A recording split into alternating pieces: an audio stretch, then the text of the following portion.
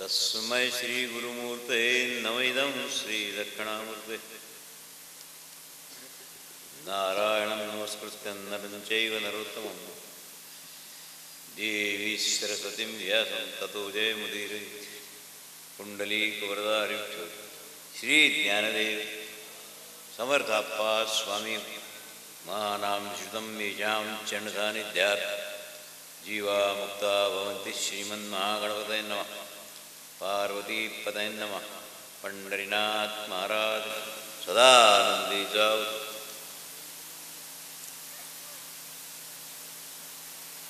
आज आपल्याला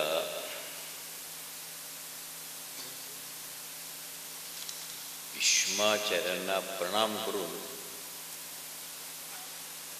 त्यांच्याविषयी बोलायचं आहे.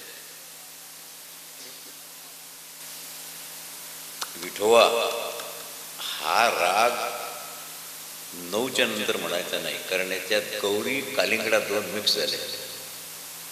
गौरी कालिंगडा दोन्ही मिक्स झाले आणि स्लाईड शुद्ध ऋषभाचा स्पर्श झाला तुमचा म्हणताना. ते लक्षात आलं ते वेणे शुद्ध ऋषभाचा स्पर्श विठोबाने शेवटच्या कडेवर केला, तो व्हायला नको होता. कारण कोमल ऋषभात शुद्ध ऋषभ लागल्यावर किती लपवलं तरी ते सांगून देत असतं की मला रोग झाला. म्हणून नाही, रागाचं शुद्धत्व सांभाळायला पाहिजे. आणि 3 राग मिक्स झाले, गौरी झाला कालिंगडाही झाला, दोघांनाही ऋषभ वर्ज्य आहे शुद्ध. त्याच्यामुळे गडबड अशी होते, त्याचा जो एक आनंद आहे शुद्ध रागाचा. 10 वाजता 9 पर्यंत ठीक आहे, 10 नंतर मग बदलावलं. भीष्माचार्य हे माझ्या मते कृष्णानंतर सगळ्यात महत्त्वाचं आणि सगळ्यात कठीण कॅरेक्टर भीष्माचार्यांचं आहे.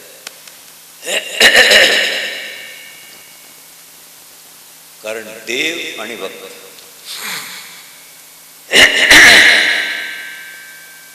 स्टेप्सिल आहे का? स्टेप्सिल दे रहे विदुर भक्तच आहेत.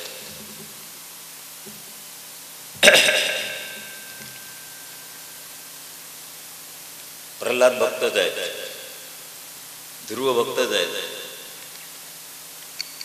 थोडासा फरक आहे. प्रल्हादावर नारायणाची कृपा आहे आणि प्रल्हादावर दया आहे. हा फरक लक्षात ठेवा.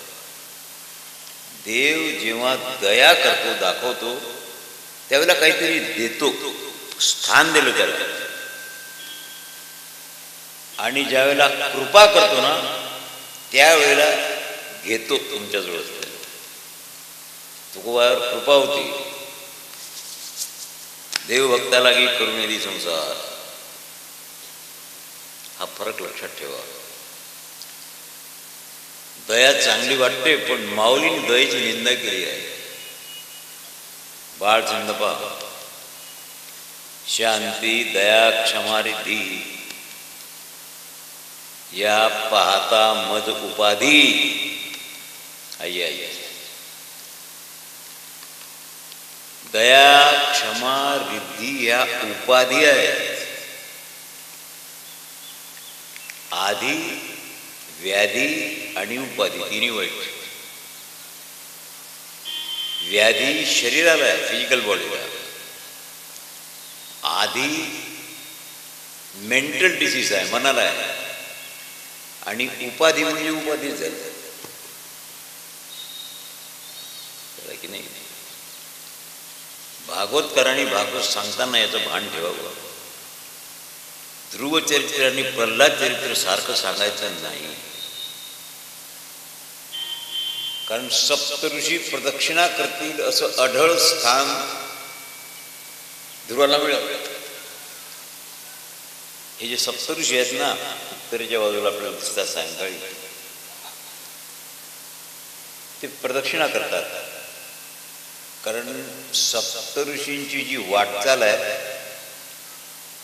ती 2,25,000 वर्षात एक नक्षत्रात बदलतात. आकाशाचे असे पट्टे आहेत 12 आणि असे आहेत 27. ह्या राशी आहेत आणि हे नक्षत्र आहेत, तेव्हा त्यांच्या भ्रमणात केसाईच काही फरक पडत नाही. ही दैवी योजना नाही, देव योजना आहे. आणि आज्ञेचं पालन आहे देवाचं. ही जी चक्र, कालचक्र कालांतर्गत आहे, पण कालवादात कालाचे खंडन आहे. माऊलीने केला आहे, न्याहाळी पा केवढा पसरलाचे चौडा, करुनिया माझी एवढा आकार गजू. भीष्माचार्य थोडा व्हॉल्यूम कमी करतात, म्हणजे अस्पष्ट आवाज येतो, जास्त व्हॉल्यूम असला तर. भीष्माचार्यांची महिमा याला मी विभूती म्हणतो. साधी विभूती नाही आहे, महिमाशाली विभूती म्हणजे भीष्माचार्य. भीष्म यांचं नाव नाही आहे, यांचं नाव आहे देवव्रत. ज्या दिवशी यांनी नैष्टिक ब्रह्मचर्यानं राहण्याची प्रतिज्ञा केली तेव्हापासून यांना भीष्म म्हणायला लागलं. आधी भीष्म नाही आहे. यांचं चरित्र समुद्रापेक्षा खोल आणि आकाशापेक्षा मोठं आहे.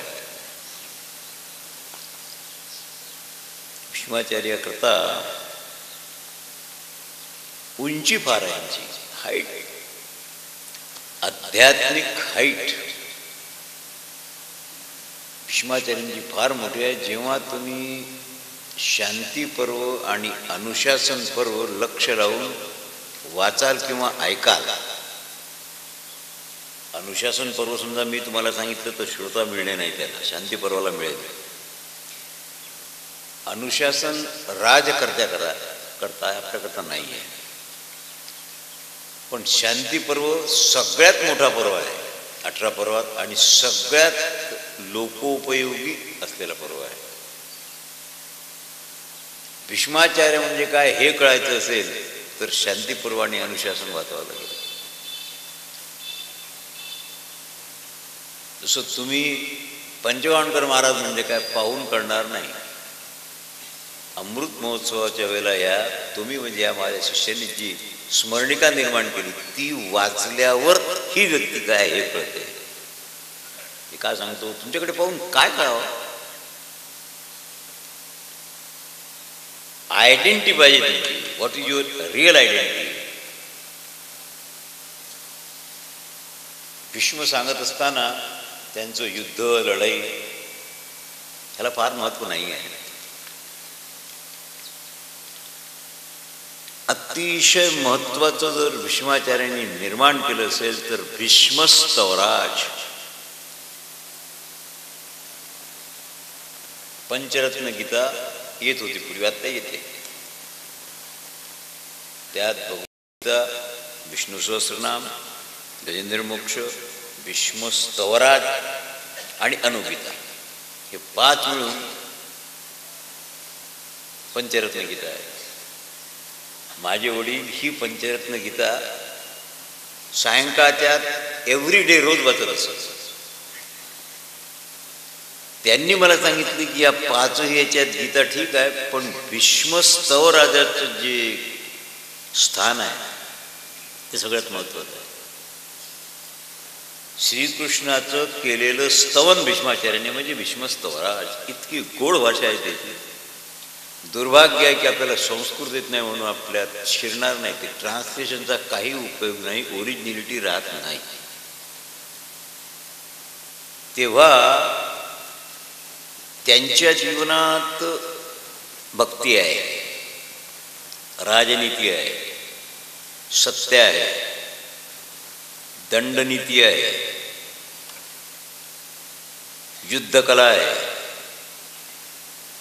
दातृत्व आहे आणि मर्यादा आहे. भीष्मांचं वैशिष्ट्य आहे ब्रह्मचर्याची प्रतिज्ञा म्हणजे निपुत्रिक. ब्रह्मचर्यानं राहणाऱ्याला संतती कशी होईल? पण जेव्हा यांनी शरीर सोडलं, देवात आणि भीष्माचार्यात हा करार होता, कृष्णा मी तुझा भक्त आहे. भीष्म भागवत नाहीत, महाभागवत आहेत.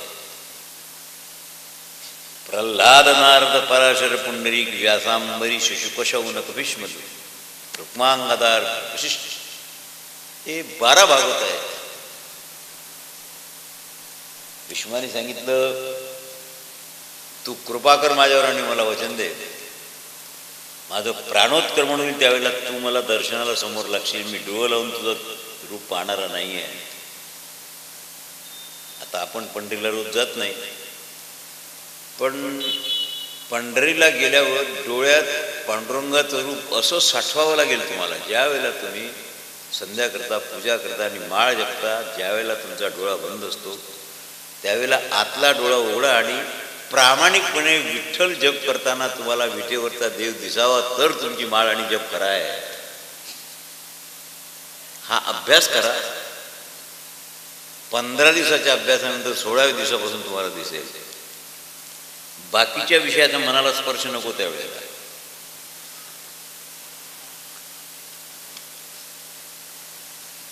ब्रह्मचर्य आहे, संतती नाही. शरीर जेव्हा सोडलं तेव्हा शरीरातला एकूण एक बाण निघून गेला आणि शरीर भूमीवर आलं. कारण बाणशय्येवर वैकुंठाला जाता येत नाही, शस्त्र काढावं लागेल. बाण कोण उपसले नाही आहेत ते. भीष्माचार्य योगाभ्यासी होते. जे वेळेला वायूला हात फोडलं त्यावेळेला आर पार गेलेले बाण होते. इकडून गेले, इकडून निघाले, सबंध बाण शरीरातून निघाले. डोक्यातले 3 बाण तेही निघाले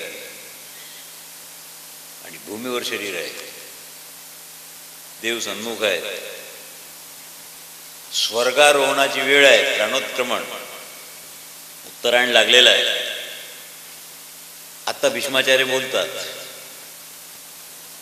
आपणही देवकृपेनेच बोलून राहतो.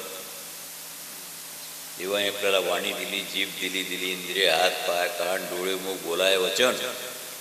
पण आपण जेव्हा पूर्वजन्मात देवानी बक्षीस म्हणून दिलेल्या वस्तूचा दुरुपयोग करतो ना, त्यावेळेला जीव मुका होतो, बहिरा होतो,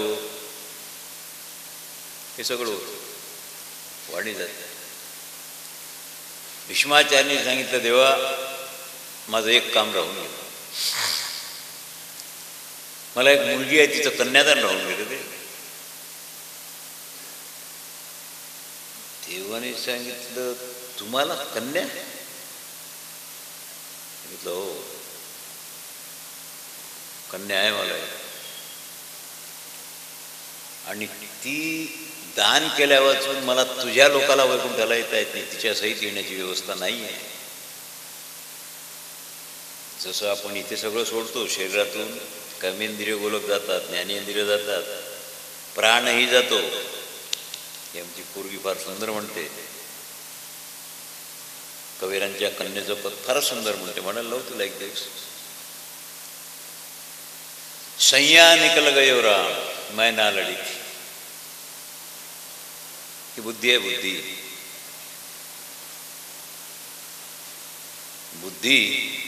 बुद्धीचे वैभव अन्य नाही तुझे. बुद्धीचा पती परमात्मा आहे आणि पिता गुरु आहे. बुद्धीला पिताही आहे आणि पती आहे, म्हणून ती राहते पतीजवळ, पण मार्गदर्शन घेते गुरुचं. तुमच्या मुलीला बोलवा, कन्यादान करून टाका, मग बरा. सांगितलं, माझ्या कन्येकरता पती फक्त तूच आहेस ना, ही पंचायत आहे, आणि तू समोर आहेस. मी मंत्र म्हणतो, लग्नात म्हणतो, तू प्रतिगुणना मी म्हणतो, मी दान करतो कन्येचं, तू म्हण की मी दान घेतलं. हे म्हणावं लागतं लग्नाच्या वेळेला, बरं. पण तुम्हाला ती गडबड घाई असते, तुमचं लक्ष दुसरीकडे, काम तिसरीकडे, मन कहीं और काम कर रहा है. माला तो कर्मे फिरे जीव फिरे मुखमाही, मनवा तो चौरी से फिरे ये तो सुमिरन नाही. हातात पाणी घेऊन संकल्प नाही केला, त्यात विकल्प दान केलं. कृष्णार्पणमस्तु बुद्धीचं दान केलं. ते सांगितलं बुद्धी माझी कन्या आहे, तिचं दान करतो मी, मोकळा झालो आता, मग स्वर्गारोहण आहे. तुम्ही बुद्धीसहित चेतनापर्यंत जाऊ शकत नाही. बुद्धी कितीही चांगली असेल, I mean intellect not mind, बुद्धीसहित चेतनात प्रवेश नाही. चेतन रूप व्हायचं असेल तर बुद्धीला टाकावं लागेल. भीष्माचार्यांनी बुद्धीला टाकलं आणि मग कोणाचं स्वर्गारोहण असं झालं नाही जगात, न भूतो न भविष्यती.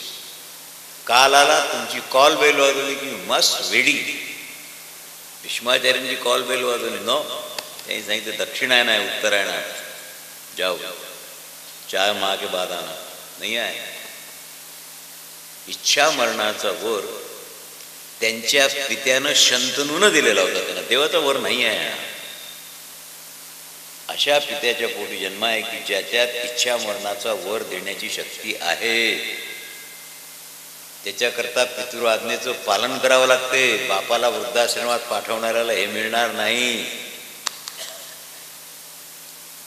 काय सांगावं. पौरव वंश सगळ्यात प्रसिद्ध. पौरव वंशात प्रदीप नावाचे राजे होते. प्रदीप, प्रदीप नाही, कारण अर्थ फार लवकर बदलत असतो. त्यांना 3 मुलं होती. देवापी सगळ्यात मोठा होता, शंतनू आणि बाल्लिक. हा जो मोठा होता देवापी, यांनी तारुण्यात संन्यास घेऊन गृहत्याग केला, हिमालयात गेला. आणि हा संन्यासी झाल्यानंतर मग राज्य शंतनूकडे आला. शंतनूचे 2 जन्म सांगतो मी तुम्हाला थोड्या वेळात. शंतनू राजे झाले. धाकटा बाल्लिक, हे बाल्लिक भारतीय युद्धात दुर्योधनाकडून लढले. बाल्लिकाचा आशीर्वाद घेतला होता पांडवांनी.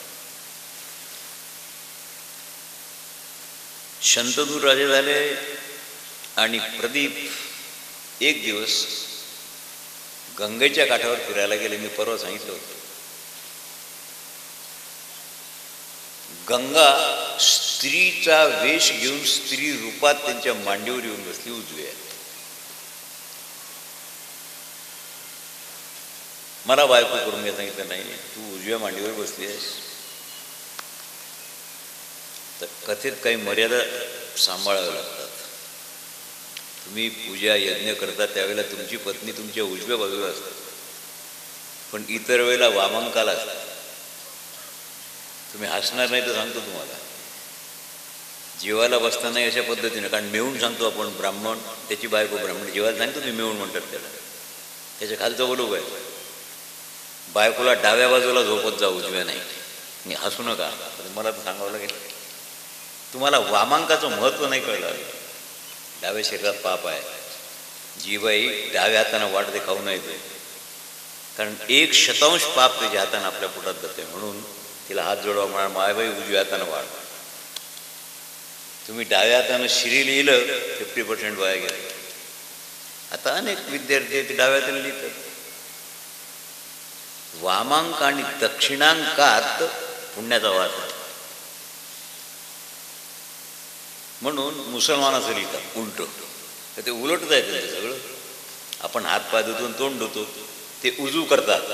नमाज अदा करने के पहले आपको उजू करना है. उजू का मतलब है पहले मुंह धोना है और बाद में हाथ पैर धोना है. असं उलट आहे त्यांचं तंत्र सगळं. दक्षिण दिशा फलहीन समजतो, पण त्यांचा काबा दक्षिणेला आहे, पश्चिमेला. त्याला काय करावं. प्रदीप गंगेला सांगतात, कोड आहे त्याने सांगितलं, स्त्रीची आणि रत्नाची चौकशी करू नये.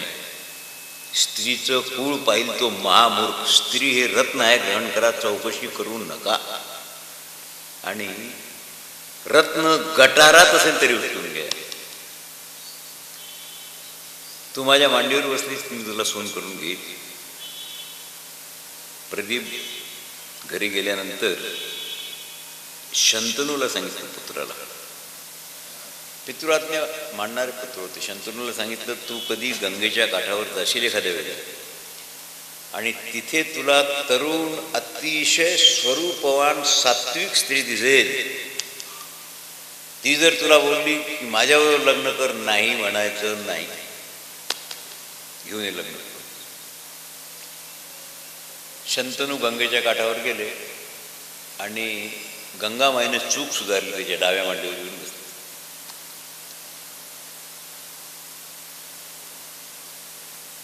शंतनूने सांगितलं की ठीक आहे, मी तुला पत्नी करून घेतो. गंगेने सांगितलं, महाराज माझी अट आहे, आता अट लग्न जुळत नाही, माझी अट तुम्हाला मान्य असेल तर मग हे जमेल. बोल काय, मी मनाला वाटेल तसं वागीन, पण तू असं का केलंस, अशी का वागलीस, असं जेव्हा तुम्ही म्हणाल त्याच क्षणाला तुम्हाला सोडून जाईल. पितृआज्ञा आहे, काही ना काही विशेष असेल, आणि करून करून काय करील ही. नपुसक पुरुषाच्या बायका विचार करतात, जे रोज भांडतात, चांगली स्थिती कधी करणारच नाही. आणि वर्षभरात पहिला मुलगा झाला, नुसतं जन्म झाला, जन्म झाल्याबरोबर त्याला उचललं की नीट टाकलं. पण त्यांना आठवण होती की असं का वागली, म्हटलं तरी निघून जाईल. गंगेचं बिहेवियर आणि सौंदर्य एवढं होतं, एक क्षणी गंगे वाचून राहू शकत नव्हते शंतनू. दुसरा झाला, तिसरा झाला, चौथा, पाचवा, सहावा आणि सातवा, सातही मुलं जन्मता क्षणीच गंगेत बुडून टाकतात. आठवा मुलगा झाला. आपला वैदिकाचा आशीर्वाद कसा आहे, अष्टपुत्रा सौभाग्यवती भव. आता हा आशीर्वाद कोणाला देऊ नका, मारामारी होईल. कारण आता हम दो हमारे दो, ते मला वाटतं आता खाली आलं नाही. हाँ वही कह रहे थे आपसे कि वो नीचे उतर गया, और क्योंकि कबाब में हड्डी की जरूरत नहीं ना. क्या क्या आठव्यांदा मात्र राहावलं नाही त्यांच्याकडून. शंतनूने सांगितलं, कोण आहेस तू, मी तुला आजपर्यंत विचारलं नाही तू कोण आहेस, मी तुझ्यावर भाळलं असं समजू नको, पितृआज्ञेचं पालन केलं आहे मी, पण चांगल्या वेशात तू चांडाळी नाहीस की राक्षसी नाहीस, स्वतःच्या पोटची 7 पोरं गंगेत बुडवली, तू कोण आहेस. गंगेने सांगितलं, महाराज पहिली गोष्ट करार संपला, मी 2 मिनिटांना निघून जाईल, पण त्याच्या आधी ऐकून घ्या, मी गंगा आहे.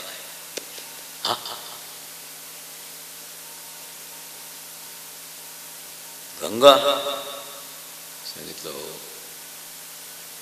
तुझा जन्म कसा काय मिळाला, देव नदी गंगा, तुला जन्म मिळाला, तू स्त्री रूपानं आली आणि पौरव कुलाच्या राजाशी स्मरण केलं आहे, काही तर कारण असेल. गंगेला जन्म कसा मिळेल, गंगा तर सगळ्यांचा उद्धार करते, गच्छते ती गंगा, वाहून राहिली, कोणी थुंका, घाण टाका, तीर्थ घ्या, काही करा. तुला मी सांगेन,